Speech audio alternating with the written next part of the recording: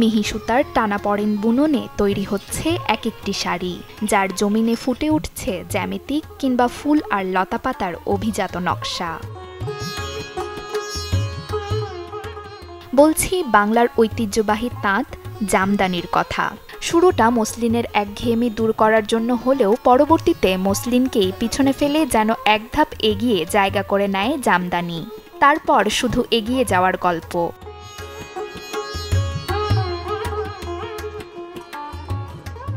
মধ্যযুগে পথ চলা শুরু করা এই শিল্প এখনও ধরে রেখেছে রূপগঞ্জ, সোনারগাঁ এবং সিদ্ধিরগঞ্জে প্রায় ১৫৫টি গ্রাম আর জনপদ।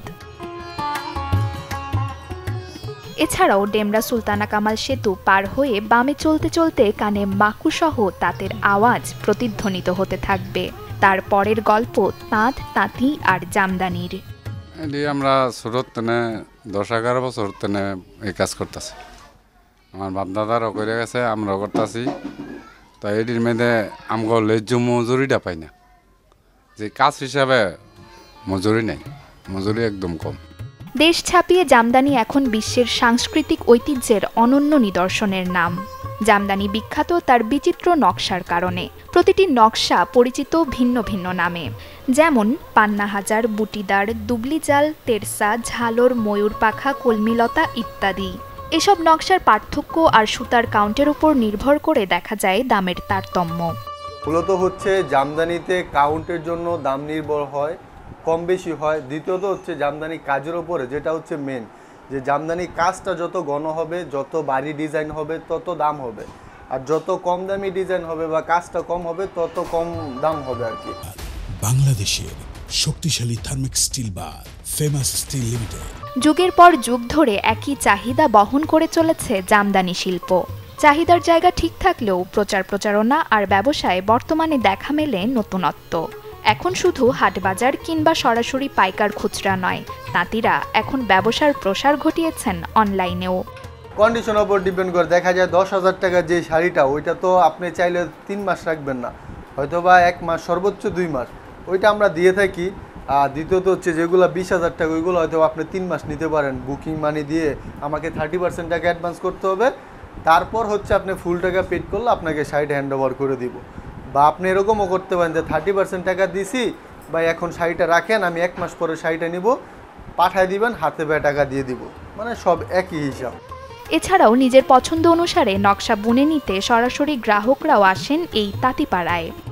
অ্যাকচুয়ালি বাইরে থেকে নেওয়ার চেয়ে, বাইরে একজন থার্ড পার্টির থেকে নেওয়ার চেয়ে বা মিডলম্যান থেকে নেওয়ার চেয়ে, অন্য পেজ থেকে নেওয়ার চেয়ে আমি ডিরেক্ট তাঁতির থেকে নিচ্ছি। তো তারও বেনিফিট হচ্ছে, আমারও বেনিফিট হচ্ছে। আমি আমার ডিজাইনটা দিলে ও করে দেয়, আমার ইয়ে মতো ও করে দেয়, আমি সেই জন্যই বেশিরভাগ এখানেটা আসিবার। নিখুঁত বুননের জামদানি তৈরিতে যেমন দরকার ধৈর্য, মেধা আর সময়, তেমনি যত্নের ক্ষেত্রেও জামদানির প্রয়োজন বিশেষ পরিচর্যার। যখন আপনি পরবেন, পরার পরে যেভাবে বাজ মনে হয় যে ঠিক আছে, বাজ করবেন, করার পরে ওই শাড়িটা একটা পলির মধ্যে রাখবেন, একটা পলিতে দিয়ে আটকায়া সংরক্ষণ করে একদম সব শাড়ির উপরে রাখবেন। তাতে কী হবে, এটাতে ধুলাবালি ইফেক্ট হইব না, হ্যাঁ, এটা ভালো থাকবে। কারণ চাপ পড়লে কিন্তু জামদানিটা ছিঁড়ে বা ফেটে যাওয়ার চান্স থাকে, যেটা ওই আপনি একদম পলির মধ্যে উপর রাখলে এটা থাকবে না। আর অনেকে হ্যাঙ্গার করে রাখতে বলে, আপনি যতই হ্যাঙ্গারে রাখেন, আলমারিতে যতই বালু না ঢুকুক, আপনি যখন এই শাড়িটা হ্যাঙ্গার করে রাখবেন ৬ মাস পরে এইখান দিয়ে একটা দাগ পড়বে।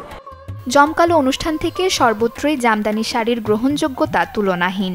তবে উদ্ভবকালে জামদানি শাড়ি রূপে না আসলেও পরবর্তীতে শাড়ি হিসেবেই বেশি জনপ্রিয়তা পেয়েছে। কিন্তু বর্তমানে জামা, জুতা, ব্যাগ সহ জুয়েলারিতে এর ব্যবহার নজর কাটছে সবার।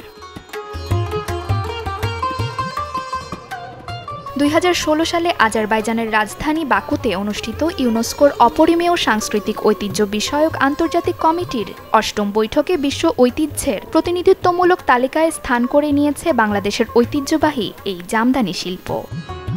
নসিন নাওয়ার, চ্যানেল 24।